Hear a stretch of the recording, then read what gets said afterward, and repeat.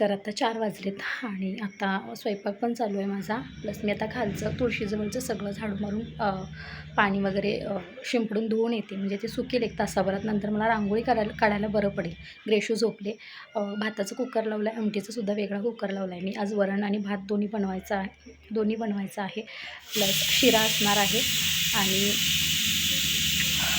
पापड. आता स्वयंपाक आहे आणि वांग बटाट्याची मिक्स भाजीसुद्धा करायची आहे. तर चला मी पटकन खालचं आवरून येते आणि मग स्वयंपाक कंटिन्यू करते बाकीचा जो आहे. बाहेरचं सगळं धुवून स्वच्छ पाणी वगैरे शिंपडून आले. स्वयंपाक दाखवते. नैवेद्य इथे आहे भात, इथे आहे वांग बटाटा मिक्स भाजी, त्याच्यानंतर इथे आहे शिरा आणि इथे आहे वरण आणि हे पापड जे फ्राय करून ठेवलेत. इथे पंचामृतसाठी दुधामध्ये साखर घालून ठेवले मी. नंतर दही आणि केळ नंतर मिक्स करणार आहे.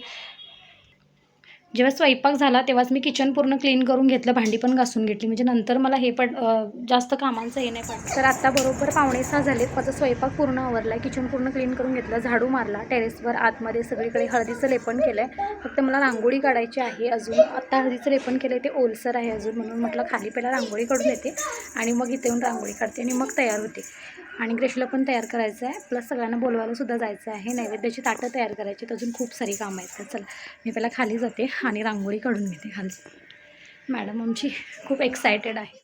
रांगोळी काढायला गेली, पण बऱ्यापैकी अंधार होत आलेला, कारण खूप वेळ लागतो. वाटतं खूप सोपं आहे पण खूप वेळ लागतो हे सगळं करायला. त्यात ग्रेशूची मध्ये लुडबुड असतेच. ती मी रांगोळी काढणार म्हणून हे करत होती. मी जास्त मोठी काय रांगोळी काढली नाही, कारण परत ते पायामध्ये येणार आणि मग तसंच ते पायाला वगैरे लागणार, तुडवलं जाणार, म्हणून त्याच्यासाठी मी छोटीशीच रांगोळी तुळशीसमोर फक्त काढली आणि साईडने छोटे छोटे हे काढले फक्त.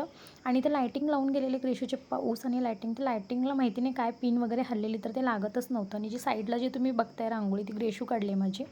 तर अशी छोटीशी रांगोळी मी काढली होती. त्याच्यानंतर मी वरती पण रांगोळी काढली उंबरट्यावर, लक्ष्मीची पावलं आणि त्याच्यानंतर छोटं मध्ये स्वस्तिक आणि खाली पण रांगोळी मी काढून घेतली. हळदीचं लेपन माझं अगोदर झालं होतं, फक्त मी रांगोळी नंतर काढली. आता 6:30 वाजलेत. खालची रांगोळी काढून झाली, छोटीशीच काढली होती मी आणि इथे आता काढते उंबरट्यावर. छोटीशीच काढणार आहे इथं पण मी आणि त्याच्यानंतर तयार होणार आहे. सगळीकडे दिवे लावलेले आहेत आणि तिकडे तुळशीला पण दिवा लावला आहे. उंबरट्याजवळ छोटीशी रांगोळी काढली आणि दिवे लावलेले आहेत. तर सगळी तयारी झाली आहे, नैवेद्य वगैरे ठेवलेला आहे खाली नेऊन. बाकीची सगळी पूजेची मांडणी खाली झालेली आहे. फक्त आता पंचामृत बाकी होतं, ते मी आता जस्ट बनवलं, तर ते मी घेऊन जाते खाली. सिंपल साडी घातली आणि आर्टिफिशियल गजरा लावला आहे. ग्रेशू आहे, ती पण छान रेडी झाले. तर चला, ग्रेशूचे पप्पा जस्ट आता आले, ते फ्रेश झाले, ते पूजेची मांडणी करत होते. आता मी पटकन सगळ्यांना बोलवायला जाते आणि मग आरतीच्या टायमाला जर पॉसिबल झालं तर मी थोडासा व्हिडिओ घेईन. चला. तर इथे पूजेची मांडणी ग्रेशूचे पप्पा करत होते. त्या माझ्या सासूबाई आहेत आणि ग्रेशू पण इथे आहे आणि सगळी पूजेची मांडणी वगैरे झाली होती. तर आता मी सगळ्यांना बोलवायला जाणार होती.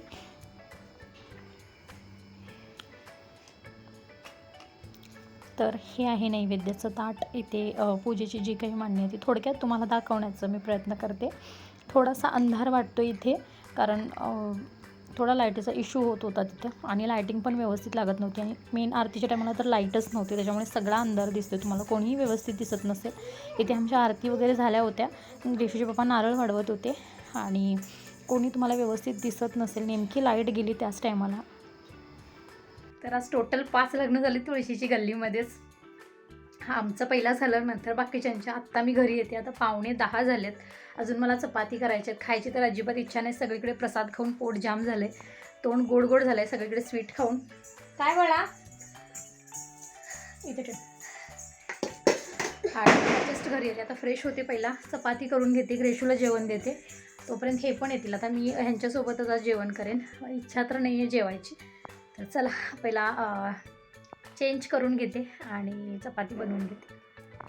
आणि तुळशीचं लग्न आमचं जेव्हा झालं तेव्हा हलकासा पाऊस आला आणि गेल्या वर्षी पण असंच पाऊस आला होता तुळशीच्या लग्नाच्या टायमाला आणि ह्या वर्षी पण सेम असंच. आणि काय झालं, बरोबर तुळशीचं लग्न स्टार्ट करणार तेव्हा लाईट गेली आमच्या, त्यामुळे मला व्हिडिओ शूटच करता आला नाही. अंधारात मी थोडीशी क्लिप घेतली, ती कितपत दिसायला माहिती नाही, अजून बघितलं पण नाही मी. ते इथे ठेव. बघिटलं पण नाही मी ते अजून. तर अजिबात मला शूट करता आलं नाही, लाईट गेलेली त्याच्यामुळे. 2 तुळशीची लग्न आमच्या गल्लीमधली अशीच अंधारात झाली. टॉर्च लावून किंवा चार्जिंगचे बल्ब लावून आम्ही आरती केल्या आणि त्याच्यानंतर मग लाईट आली. तर बाकीची 2-3 लग्न ती लाईट आली तेव्हा झाली. पण मी शूट कुठं केलं नाही. आमचं तुळशीचं लग्न झालं त्याच्यानंतर मी सगळीकडे नैवेद्य वगैरे ठेवला, बाहेर ठेवला, स्वामींना दाखवला आणि मग मोबाईल मी घरीच ठेवून गेली. कशाला सारखं हातात मोबाईल म्हणून. त्यामुळे मी कुठलं शूट वगैरे नाही घेतलेलं आहे. तर चला मी पटकन आवरून घेते. आणि नैवेद्याचं ताट मगाशी मी दाखवायला विसरली होती. तर मी आता तुम्हाला नैवेद्याचं ताट.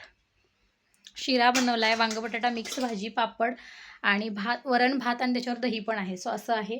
तर चला बघा, तुळशीची लग्न झाली आणि भरपूर असा पाऊस चालू झाला आहे. 9:45 वाजल्यापासून पाऊस चालू झाला.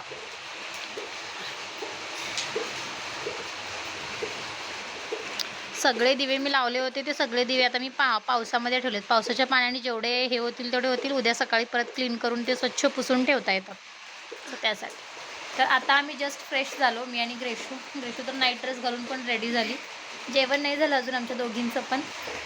तर चपाती जस्ट बनवल्या मी. लाईट पण गेली परत आमच्याकडे. पाऊस तर बघितलं तुम्ही चालू झाला आहे आणि लाईट पण गेली. आता 10 वाजलेत. 10 नाही, हो 10:05 झाले.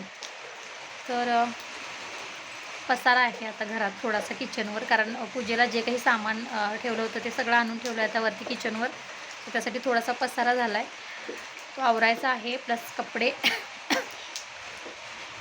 कपडे जे काही धुवून टाकले होते ते कळशीवर जे काढून ठेवले होते तर तेही घडी करून ठेवायचे आहेत. तर चला आजचा व्हिडिओ मी इथंच एंड करते. परत भेटू एक छानसा व्हिडिओ घेऊन. तोपर्यंत बाय बाय.